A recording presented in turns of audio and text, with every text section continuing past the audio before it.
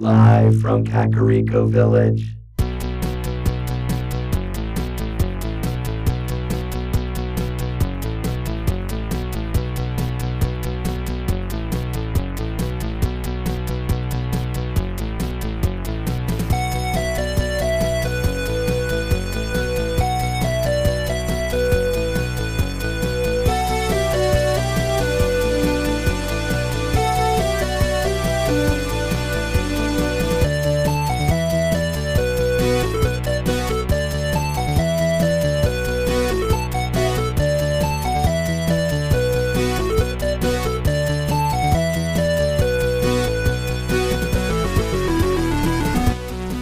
Broadcast throughout the Retroverse, transmitted to the real world via a maze of wires connecting a Super Nintendo to a Wii, to a Wi-Fi network, and finally to the internet. The Techno Funk Boy presents the Retro Zoo Super Show.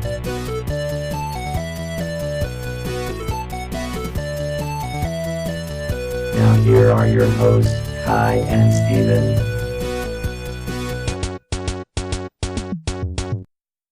Rolling? Tape is rolling now. Do you want to hear the whole thing? Go for it.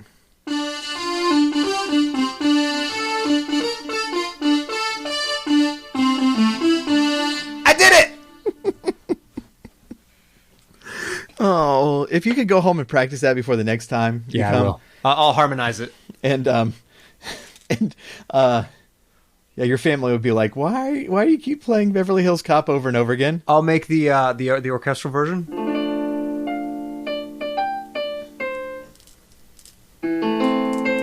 Oh, okay. I'm done. I'm done. Oh goodness! Welcome back to the Retro Zoo Super Show. Thank you. You weren't talking to me. Well, for you too. But you have actually been in here all week long just playing. What is the name of that song? Is it Axel F? What? The name of the Beverly Hills Cop theme song? Yeah. I have no idea what it's called. I think it's Axel F. I think the people want to hear it again, though.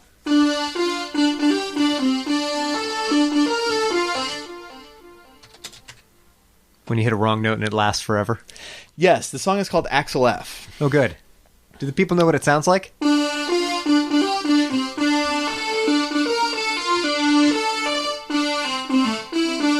That last part's tricky. We got a drum machine on this thing? We could be here all day. I do not, thankfully. That's too bad. I'll have to get my other synth out. It has a drum machine. So can we do that? Next time. All right. We'll just do a medley of 80s synth pop. That sounds good to me. Let's get it rolling. Oh man. So Dan Gelok is joining us again today. I didn't ask you last time. Is there anything that you want to promote, to send people to make them listen to? Oh, good heavens. If you're a saxophone player and you're not following him on Instagram, then you're probably not very good. Definitely check out my Instagram page. It is my last name, Gelok, except it's got 4 E's in it because... I thought that's how you spelled your name. No, it is not how I spelled my name. So have I been mispronouncing it every time I go, Gelok? No, that's how it's pronounced. No, so there's a bunch of stuff about music and how to practice and different things. It is saxophone specific, but there's a lot of other stuff on there too that would be helpful for most people. So, yeah, and periodically I'll put up like YouTube videos and other recordings that I'm doing. So, yeah, you can check me out there. Very cool. All right. So, we are back again talking about Final Fantasy IV music. Mm-hmm. I asked you how you were doing last time. You have been literally in here all week playing Axel F, and so nothing much has changed. Which, fun fact, is in the key of D minor, which is relative minor to F major. Maybe that's why they call it Axel F. I think that's his name. Oh, I don't have the sound on. Okay, I'm going to stop hijacking your podcast now. That's never actually going to be a thing that you do. Yeah, his name is Axel Foley in the Eddie Murphy's name is Axel Foley. Oh, really? Okay, yeah, that's so why that's it why is. they got that. So if his name was Axel D minor, then that would make as much sense, but they chose something else. Okay. I think in that case that would be like it'd probably be French for. Well, they didn't ask me, is all I'm saying. For Excel de manière. Diminuer. All right. Well, this will not be the first time we've alienated all of our French listeners, but nor will it be the last. Mm-hmm. Oh goodness. Okay, so last time, if you didn't check it out, you certainly don't need to listen to last week's episode to figure out what's going on in this week's episode, but you should, because it was great, and we talked about the battle theme from Final Fantasy IV and why it's amazing and awesome. This week, we're going to be talking about one of my favorite pieces in the game. Yeah. And this is the piece that sets the mood for the game. And so it was, as we're recording this, it's been like really soon after we summarized the game. And so I don't think you've heard it. And so kind of what goes on here is you have the prelude theme, and that enters you into the game. And when you come out of the prelude, you are you're the commander of the Red Wings, which is the airship force for the Kingdom of Baron. And you are standing on the deck of one of these airships, but like all the crew is like really like, why did we just do that? Because that felt really bad. And it flashes back to you're in this town of Mysidia, where you're like slapping around all these people and stealing their crystal. Sweet. And that's a job I want. Right, yeah. And so then it cuts back to the present when he's on this airship, and Cecil's like, it's like he doesn't want to, like, tell everybody, yeah, that was really crummy of what we did, but at the same time you know that he's feeling it. Mm-hmm. And so he's we get a little exposition about like the monsters are getting stronger in the world and nobody really knows why quite yet. And then we come in and we land in the Kingdom of Baron, and that's when Cecil does go to the king to express his concerns, and the king just demotes him for questioning him and sends him what will essentially be a suicide mission, even though Cecil doesn't know that yet. And so we have this opening that's very, very surprising and very unique amongst these type of games, where you are the bad guy.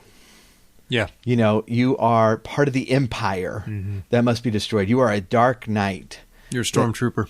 Right, yeah. Well, slightly more advanced than a stormtrooper, but yeah. Right, yeah. You are from Empire Strikes Back, the officer who's sitting in the cockpit of the AT-AT Walker and giving commands, and in the what is it called, the 20 Nights on the Ice is a Long Time song. Do you know this song? Nope. Okay, friends, we are going to be back in just a few minutes.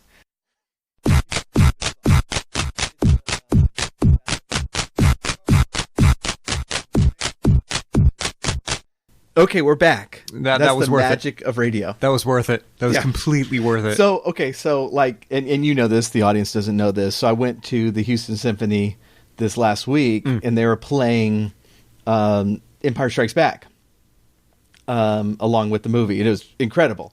But that whole scene, actually both that and the Yoda scene, like, I'm just thinking about that song during the whole Hoth thing. Yeah. And then when we got to Dagobah, I'm sitting there thinking about the Seagulls song. Stealing your shoes. Yes. Yeah. And it's like, stupid, bad lip reading. You've ruined my life. Glorious. Glorious work. You're doing the Lord's work, bad lip reading. Never stop, never change. Yeah, but it surprised me rewatching the movie how little that officer is actually in the movie, because they really expand his role for the song, because he's like he's the bad guy who tries to rap against Luke Skywalker. And if y'all don't know what we're talking about, I'll put the link in the show notes. If you guys want to see some rapping Luke Skywalker, and who doesn't? But yeah, so it's pretty great. So anyways, back to the Detroit Red Wings. Right, and this is totally appropriate because like the two biggest influences on this game are Star Wars and Lord of the Rings. Perfect. And Star Wars is the bigger influence of the two. I mean, the bad guy in this game, Golbez, is basically Darth Vader. And he's very cool like Darth Vader is. But that's the kind of really interesting opening I mean, there's a long cutscene at the beginning. It opens with story and relatively original story, not I'm hanging outside my house and somebody gives me a sword and I go on a quest. Well, yeah, I mean, it's like all the Dragon Quest games start off with, well, I'm the hero foretold by legend, and I just got my 16th birthday. Therefore, it's time to go face the Dragon Lord. Yeah. And you start at level 1 and somebody's... And I'm sitting there, I was like, if they knew that you were like the legendary hero, why couldn't somebody have started training you at 14 instead of like just... 8. Yeah, here's a sword at 16. Now go kill our arch nemesis. Oh, and we're not going to give you any armor. Right. You're going to walk out there with some shoes on, and that's about it. Right. Well, but this is weird because Cecil at the beginning of the game is level 10, which just makes sense because he's a commander in the frickin' Air Force. Right. And so like he has rank and position, and he is actually very far in level. So like everyone you get in the game at the very beginning, it's like when you find Rydian, she's level 1, and by this time you're like level 12, and you have to work hard to protect her. Yeah. Because you're so much stronger than her. Characters have a backstory just automatically. Makes sense, yes. Yeah. That also drives me crazy in Dungeons and Dragons when somebody wants to come in, they're playing like an old veteran. Yeah. And, it's like, and I fought in this battle and this battle and this battle. I was like, well, your character sheet says level 1. How does that work? You were worthless in a bunch of battles. Right. Yeah. You're like protecting the Gatorade bot. Oh, goodness. Little drummer boy. So we're gonna be playing the opening song of the game. One of the things that fascinated me about this song is I bought this book online back in about 96, and it was just a video game music. And it was this guy who had put it together, obviously not on a great system, because when I showed it to you... Oh, I got cancer. Yeah, it was terrible. You immediately said, that should be a D sharp, not a C... no, a D flat, not a C sharp. Yeah. And I just texted back, dork. Yeah. But he sold a couple, and they immediately shut him down. And so I don't even know how many copies were sent out, but I found most of them were way beyond my capability. Yeah. And it's also I don't know how big his hands were, but they were way beyond what I could stretch, to reach notes. Well, okay, so you got a piano arrangement and you have a piano reduction. A piano reduction is when you take all the music from, say, a concerto, so you get an entire orchestra's part, and then you reduce it down into a piano. Right. Frequently, they'll write, and you'll be playing 12 notes at a time, which, unless you're, a polydactylite, is physically impossible. So, some of these things might not be doable, but that's not really the point. The point is for you to be able to see all the notes at the same time, not necessarily to play all the notes at the same time. Well, yeah. At least the way it was advertised was these are ways that you can play the piano versions of these songs. Yeah, if you pick some of the notes and leave some of the other notes out. Right. Yeah. Which is what I did. But but this song in particular, I was able to learn it, and I was very proud of myself for that. But it has always been one of my favorites, which is one of the reasons I kind of pointed it. I picked it out in the first place. But we should probably hit it. Listen to this. Yeah. All right. This is the Red Wings.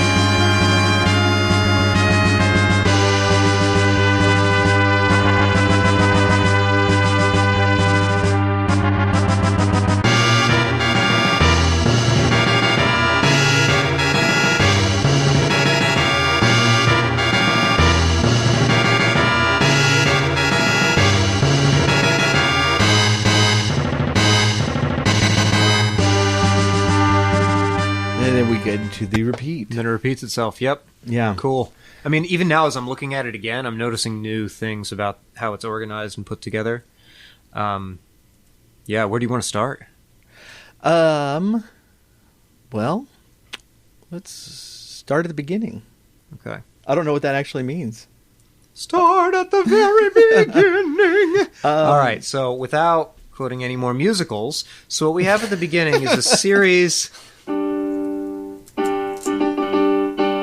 So there are a series of things called open intervals. An open interval is something for various music theory reasons sounds different from, I don't know what the opposite would be, closed interval. I don't know what it would be called. So an octave. That would be my guess. Yeah, I'm a music expert. All right, so like an octave or a perfect octave, a perfect fifth, or a perfect fourth. And I could explain why, but I'm not going to go into it. They're neither major nor minor. They have a sense of being open.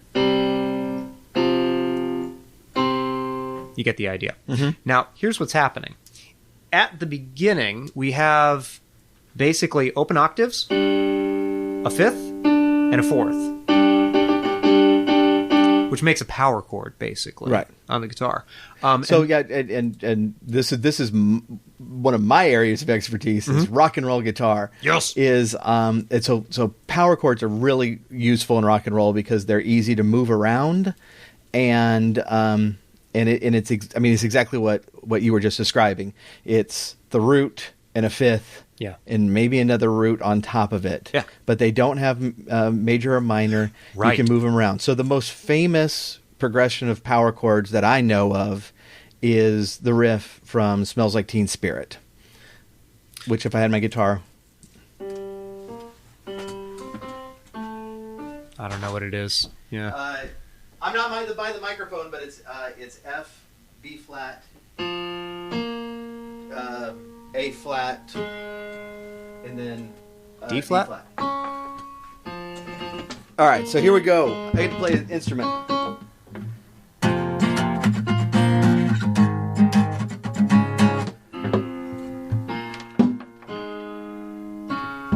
Yeah, there it is. So those are all power chords. Yeah. And that's yeah. So, rock and roll and grunge especially use those two. All the time. Yeah, all the time. And it's cool because, like, in a power chord, so let's use what they're doing here. Technically, this tune is in the key of G minor, but at the beginning, we get 2 Gs, a D, and a G. So what you have here, the power chord, is a G and a D. Now, it's technically in G minor because of the key signature, but there's nothing in there to tell you, because I could just add this in the middle, and all of a sudden it's in G major. Or I could add this, and now it's in G minor. It's neither. It's both. It's that. So you could do either one of them. Anyway, we have that. And then when the trumpets come in, what happens at this point is that they start stacking fourths and fifths on top of it. So we end up with let's see here. We've got ourselves a D, a G, a D, a G, a D. And then finally, it changes into a real chord. And even that's not a real chord. It's a chordal harmony, which is just fourths stacked on top of each other. So far, you've had chords without a major or minor. There's no third because there's nothing but fourths, fifths, and octaves, these open intervals that sound really spacious. And then when you finally get to what you'd consider an actual chord, it isn't a chord. It's just these fourths stacked on top of each other. Yeah. And at this point, you're already 1, 2, 3, 4, 5, 6, 7 measures into the tune. And so it's got this big, expansive, overarching, epic sort of feel. Right. That's what we've got at the very beginning. Yeah. And part of kind of the marching of that I noted it is the bass is doing either like just on the beats, G's, or doing triplets in there. Just this driving forward motion, right? Which is kind of mimicked by the snare. Mm-hmm. And I think there's some let's check that out. I think there's some timpani in the back as well. We're gonna quick question: the NES had 4 tracks devoted to sound. How many does the Super NES have? 8.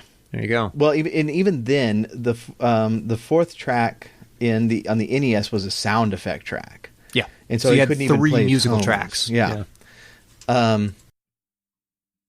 Okay, so this is the bass and the snare. Okay.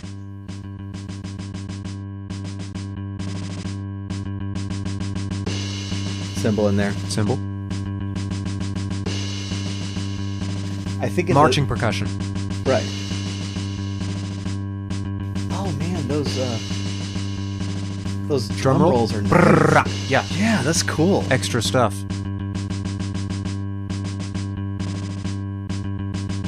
And I wish I could kind of fast forward it. I might edit this down because I think the timpani comes in Could it be in another track? in the 7 part.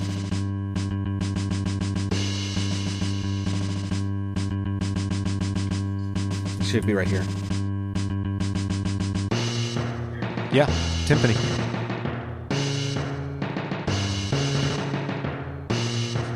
It's interesting. Timpani's a pitched instrument. That doesn't sound pitched to me. Like, I can't make out tones. It just sounds like unpitched higher and lower drums. Still a cool effect, though. Yeah, and especially with everything. Yeah, it sounds a little bit different when it's just stripped down out of what it is, but it has that feel to it that really kind of that that marching army imperialistic bombastic tone to it. So you also, I could say this about this bass line.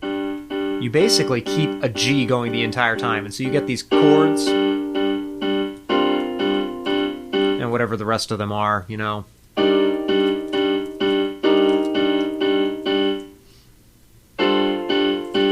But that bass line stays underneath it the entire time, so you get this feeling of tension that's just gaining and gaining and gaining as it goes through. It's a cool effect. Hey Drum, did you know that the Techno Funk Boy isn't just a group of podcast hosts that live inside a Super Nintendo? Really? That's right, we're also a band. Tell me more. We're a retro gaming inspired band that plays covers of classic video game themes, original game music, and other music in the style of classic games. That sounds great. Yeah, and you can find our first full-length album on iTunes, Amazon, and CD Baby. It's called the Final Fantasy Mixes, and it's an EDM tribute to some of Uematsu's best musical themes. Check the episode notes for links or go to Techno Funk Boy to learn more. Techno Funk Boy sounds like the greatest band that has ever existed. I programmed him to say that. Hey, this is Phil from Phil's Gaming Emporium, philsgamingemporium.com. All of this talk about Final Fantasy IV. Do I have a deal for you? I was going back in my back stock and I realized that I have a misnumbered Final Fantasy IV game. It is misnumbered as Final Fantasy II, but that is impossible because Final Fantasy II came out before the SNES was even existing. So it's now your chance to get this highly prized, very, very rare, misnumbered Final Fantasy IV game. It's misnumbered as Final Fantasy II for the low, low price of $3,000. Head on over to philsgamingemporium.com. Yeah, so one of the things I find really interesting about this song, and as I was like looking at the music, you know, it's that first chord. And I don't even besides the key signature, don't really know what it is about it, but it feels like it's a minor. Yeah. And I think we're expecting it to be a minor, but when we get to the end of the phrase, it ends on this G major, which is a little bit surprising and also really, really satisfying. Where does that happen? Of the oh yeah, the Picardy third. Here it is, measure 13. Yep, measure 13. Yeah, it lands on a G major halfway through. Well, once the melody itself finishes up. Yeah. 8 bars after the trumpet melody starts, really. Right. Which is kind of cool. It's called mode mixture, when you go from a minor chord to a major. So all of a sudden you're in G major, I guess? Right, yeah. I don't know, but it's this weird sort of unsettling feeling. You can switch feel, you know. the earth is moving underneath your feet, sort of a feel. Mm-hmm. Mm-hmm. So there's a little bit of chromaticism too. You get this. So that's a chromatic scale. And at the same time, you get another one underneath it. So you get this. Or rather, it goes. And then the middle voice drops out because otherwise you'd have a third, a major third or a minor third, and it would make it a major chord, but it just disappears. So once again, you've got a power chord. There's no major or minor right there. Right. It implies that there's going to be a minor third, which might be, your brain might go, it might fill that note in, the dee da da dee. Right. Instead of dee da da da, because that's a major third right there. So it sounds like it's going to the minor third. I think you're right. That's may be what it is. why you're hearing it as a, because you're expecting that note to keep going dropping down and to not just land stay where right it at that is. moment on a minor third. That's what you're expecting. Right, and that too has a really cool effect of having, you're starting to get some different tones in the middle sections there, but then it comes back down on that really kind of the stripped down fifth. Yeah. So basically, cool. you end up with this chord progression. So you start with an implied G minor. You end up with this weird chordal harmony. You end up with like an E flat major seventh, some sort of an F chord, and then a G major, which is a weird chord progression. Yeah. I don't know what to tell you. I mean, it's cool. But it's not in any way, in any sense, typical. Right. And then he goes into 7/4. Yeah, I know. It's like, where did this come from? Beat up, ba da da. Right, and in 6 that and a 7, ba da. Before we get there, just to remind people, because it has been a week. Yeah. But chromaticism, that's Yes. when we're using notes that are not part of the scale we're in. Mm-hmm. Yeah. We're drawing notes from outside the scale to put in there. So the two terms that you need to know are diatonic and chromatic. Diatonic is chromatic. That's all the notes that exist in that key or in that scale. Chromatic is literally all the notes. So there are more notes in a chromatic scale than there would be in a diatonic scale. Mm-hmm. Anytime you jump outside of the diatonic scale, so in C major, you have all the white notes, C, D, E, F, all natural. There's no sharps, there's no flats. But then if you start using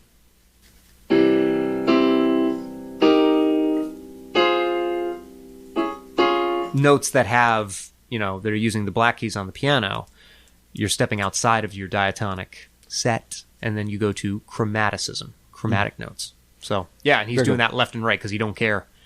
He does what he wants. Yes.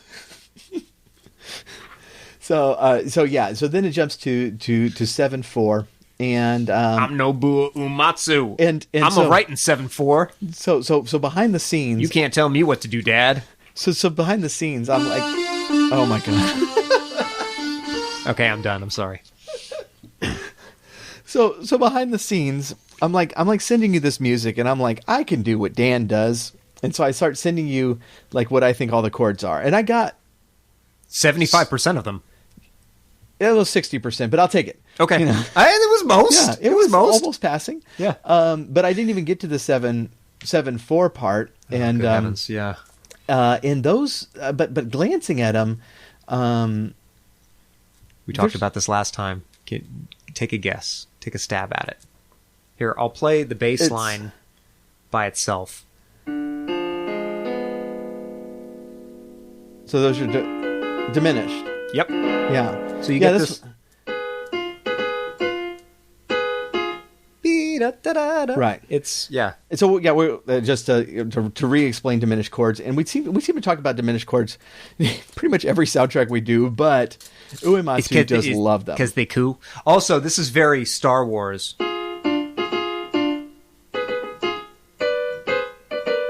I mean, it's very, very Star Wars. Yeah. So a diminished chord is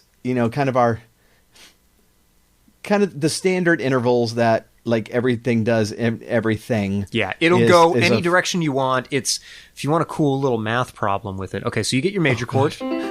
What's that? You're gonna do math. I'm gonna. Yeah, well, you wanted me to do this? You wanted me to play Beverly Hills Cop? Those are your choices here. Let's do diminished We're chords. gonna do some math. Let's do All some right, math. so here we go. Major chord, hooray! Minor chord, diminished chord. So here's what's going on. When you've got a major chord, you've got 4 half steps between your first and third. The third is the second note in the chord. It comes from the third note of the scale. You don't need to know that. Then there's a major chord or major third between the first 2 notes and a minor third between the second and the second 2 notes of the chord. What happens when you do a minor chord is you switch those around. So there's a minor third and a major third.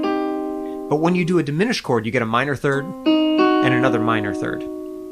Most of the time, diminished chords have 4 notes in them, so you stack another minor third on top of that, and now you've got minor third, minor third, minor third, and if you do another minor third, you end up at the note that you started with. So it's a perfectly symmetrical chord, which happens less in music than you'd expect. Most of the time, music, when it's stacked together, chords and scales and etc., they're asymmetrical. So the diminished chord is perfectly symmetrical. And partially because of that, you could change from that chord to like any other key, not any, but like lots and lots of other keys. It's very flexible. It's got great utility, I guess you'd say. Right. And it also has like this enormous amount of tension Yeah, built absolutely. into it Yeah. because it's got that tone that's sitting. It's actually sitting perfectly in between the 2 tones that we're expecting out of the scale, the 4th and the 5th. Yeah. But it's Lots of dissonance. yeah, and so yeah, he just he bangs away at those pretty good and just moves those around. Yep. And when we say 7/4, we're going from having 4 beats per measure, just Yep. kind of your standard 1, 2, 3, 4. But this actually has 7, and so kind of when we're listening to it, it has the effect of dropping back to to the 1 sooner than we're expecting. Yeah, it to. it's unexpected. Bum bum ba da dum ba da da dum ba dum. That's what you're expecting. Right. It's ba dum ba da dum ba da da dum da da da da. Like here it is. Yeah. Like surprise. Right. Yeah. And if I were going to apply that to literally analyze that according to the story, it's really interesting because the rest of the song is a military march, and then you have something that is not. There's falling in out of step. time. Yeah, They're falling out of step. exactly. Yeah, Yeah. and so that's Foreshadowing. Foreshadowing, yes. So that is Red Wings. Yeah. Actually, you know what's funny when I'm looking at this? Mhm. You're going to love this. The entire 7/4 part, which starts from measure 17 and goes all the way to the end, which is the repeat, it's nothing but diminished chords. It's I one thought diminished so. chord. Yeah. The entire thing. So basically, you get power chords at the beginning, which is neither major nor minor nor nothing. Then you got a bunch of kooky chords in the middle. And then you get a diminished chord that's played in a bunch of different ways for like 5 measures. So Right, and putting a lot of that stuff like side by side, like I mean, at the end of the main phrase, we're going to like the major version of our root chord, and that with the military beat on top below it, it's like it has a little bit of a heroic feel to it. It's like, yes, these are great soldiers returning from battle. Yeah. And then it jumps to, no, we're going to mess with the rhythm. Now we're going to mess with the chords and bang away diminished chords, and putting those side by side is it's kind of jarring, intentionally jarring. And you know who did all this stuff earlier? Shostakovich. Almost everything we like this constant doom doom, this underneath sort of drone pitch, the weird chromaticism, the sarcastic major. Shostakovich. He's done all of these techniques. Don't know why anybody needed to know that. Just fun fact. Didn't you, in one of the previous episodes, I don't think you mentioned Shostakovich. Quite possibly. It's pretty dope. That stuff is great. That was actually an early review of some of that music. It's This shiz is dope. yes. The Pravda. The Daily Pravda. Yeah, gosh. Okay, so if we're done with that song, Yes. I want to play. This is not one that I ask you to really look at, but this goes into when you land, and now we have the Kingdom of Baron theme, and so we're going to be we're carrying over a lot of what we've already established here, as far as like the marching beat and stuff. But so that the Red Wing song goes immediately into Baron, which is this.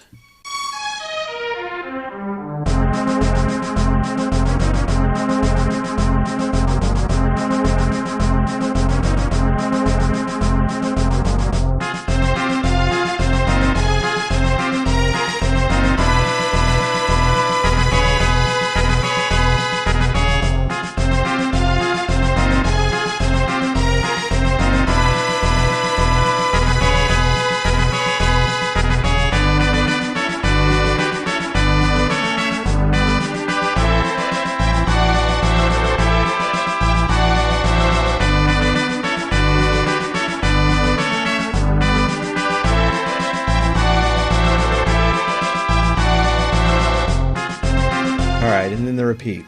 Yep. Okay, so this does not do a lot of the jarring that Red Wings did. And one of the reasons is like, okay, so this is the capital of the empire, but this is also Cecil's home, and it will be the town he returns to at the end of the game victorious. And so I think it's probably a lot more of what we expect from kind of a military and imperial town. Yeah. With some nice blasting trumpets. And, That's what we need. And some marching snare drums in the background. Trumpets and drums, the most warlike of all possible instruments. Absolutely. And I also noticed it kind of kept that bass pedal tone. Yep. Through most of the cycle. Yep. That we established. And they got that military tattoo in the snare, chit chit chit chit chit chit chit chit, Yeah. just constant. Yeah. Right. So it kind of the effect it has on the game itself is it kind of carries the baggage with it of Red Wings. Yeah. As you're coming in, and now you are returning soldier. You've stolen the crystal from thine enemies, and and you're handing it over. But it still has that feeling of things aren't right because of everything that happened right before. It's not as menacing of it's not direct conflict, but it's minor, and there's still like a sense of something being wrong. But it's not so much like a direct conflict that's happening right then and there. It's more understated. Yeah, and one of the cool things about the song is when we next hear it is when Cecil returns after going through a lot, and he's returning not as like this scummy, commander that has beat up these defenseless people and stolen their stuff, but he's actually coming back as a conqueror. Okay, and he's going to set things right. So the theme transforms? No, it's the same theme. It's the same exact theme. Right, yeah. But it feels like to me, kind of divorced from the context of the Red Wings, it brings out more of those kind of returning hero type of elements. Is the track changed in any way? I don't believe so. Oh, interesting. Yeah. Okay. So he plays with that stuff more in Final Fantasy VI, but he has Uematsu has not reached that point. Okay. That he's like doing like these subtle changes and stuff. Yeah. He will when we get to Final Fantasy VI, which is notoriously, and this just annoys the snot out of me, is that when they released this soundtrack, it wasn't quite enough for 2 discs, and so they crammed it onto one. Yeah. and they only had the songs repeat, only cycle once instead of cycle twice, which is what they normally do. Yeah. And some songs like the Prelude, they don't even let cycle completely. All the way through. Yeah, it finishes before it's done. Yeah. But when we get to Final Fantasy VI, that is 3 full discs, each one of them 60 minutes long. And I wonder if at that point Uematsu is just putting his foot down. He's like, no, you guys can't do this again. There's too much of this game is devoted to soundtrack. We need to do it proper. Well, and he had the advantage of being recognized very quickly for the contribution he was making. Yeah. I mean, when games like this came out, it's like this. The soundtrack to this game is just head and shoulders above anything else that was coming out at the time, and so as they seem to give him more freedom until we literally get to 6, and they're probably sitting over him going, so it's kind of opera-y, right? Why don't we make the player pause the game for 5 minutes and listen to your opera and do nothing else? And that's what you do in the game. Yeah, it's just the game stops. 5-minute cutscene where you watch an opera. Right, and so like they do this kind of annoying thing that's like, well, we got to have them do something, and so your character is singing the opera, and so you have to pick the right next line, and one of them's obviously wrong, so it's not even like a difficult thing. Give me a break. And but it's just, it really is. It's like, guys, y'all have to just stop, pause the game for a minute, and listen to this because it's amazing. Yeah, and surprisingly, like the opera scene just became like everyone's favorite scenes. Yeah, and you don't expect that in a video game. Yeah. But Uematsu had that kind of pull. It's pretty cool. I mean, and also it's one of those things where you take a risk and you step outside of what was standard. I mean, part of the thing is that there was nothing standard at the time. There were very few tropes, video game tropes at that time. They were making stuff up, which makes, the artistic integrity of that is great. I mean, because that could have been a disaster. I mean, why on earth would you distract your players from playing a game for 5 minutes? But they did, and it proved to be a success. It was a well taken risk. Right. Yeah, and one of the advantages that they had back then that they don't have now is being able to really surprise people with elements of music. Yeah. Like in this game, when the prelude starts and you're comfortable and like, I know this is what we've been playing for 3 games, and then the strings just hit you and you're like, oh, this is bigger than I thought. Yep. But he does that again in Final Fantasy VII, where the whole game you have a very, very, very good soundtrack, and it's very industrial and it's very, very cool. And you get to the last battle, and a couple of minutes into the song, all of a sudden a choir starts singing. And you've never heard a choir sing in a Final Fantasy game before.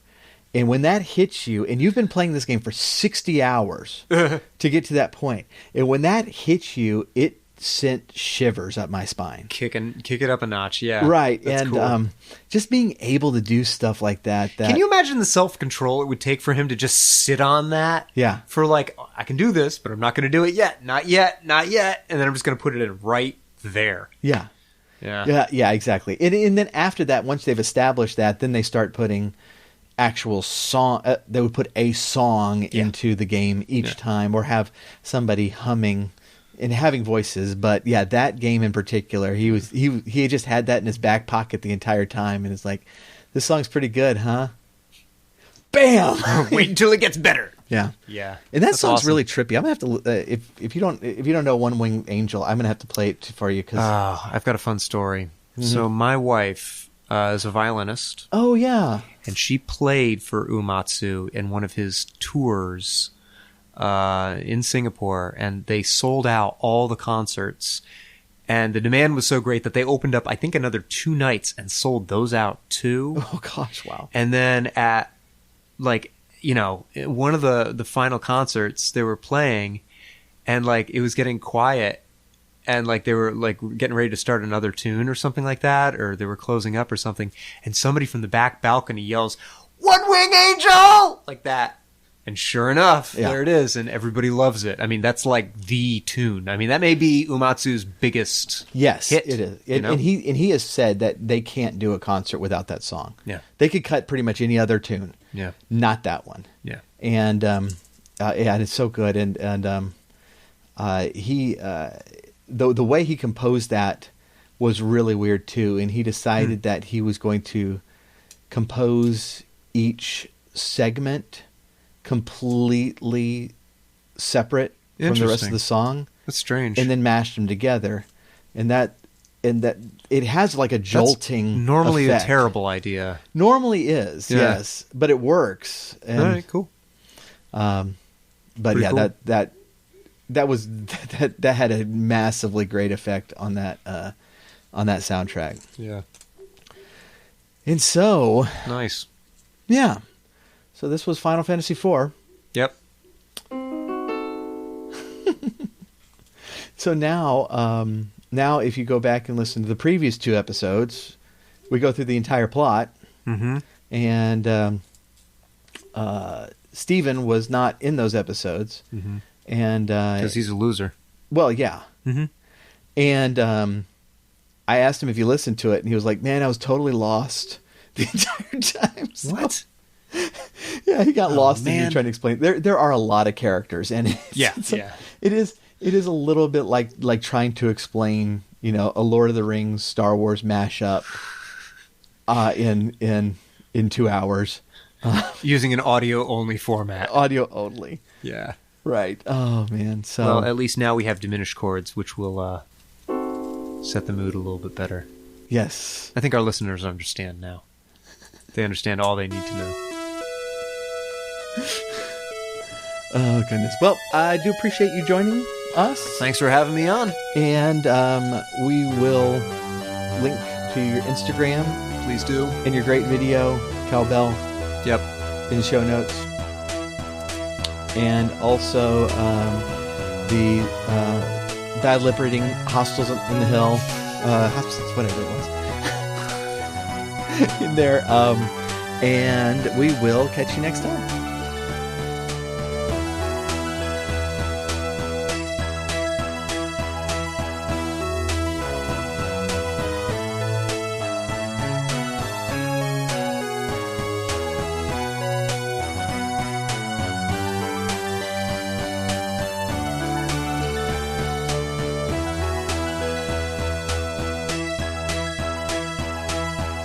The Retro Zoo Super Show is brought to you by the Techno Funk Boy. Follow us on Twitter at Techno Funk Boy, on Facebook at the Techno Funk Boy, and sign up for our email list at technofunkboy.com. Also look for us on Spotify, iTunes, and Amazon for music. If you are so inclined, please leave us a 5-star rating and review on your favorite podcast catcher. If you are not so inclined, you are obviously some sort of villain trying to conquer the world. Unowned music and gameplay clips are used for educational and critical purposes. Thank you for listening. Keep gaming. Unless you have responsibilities that need to be done at this time, then you can game later.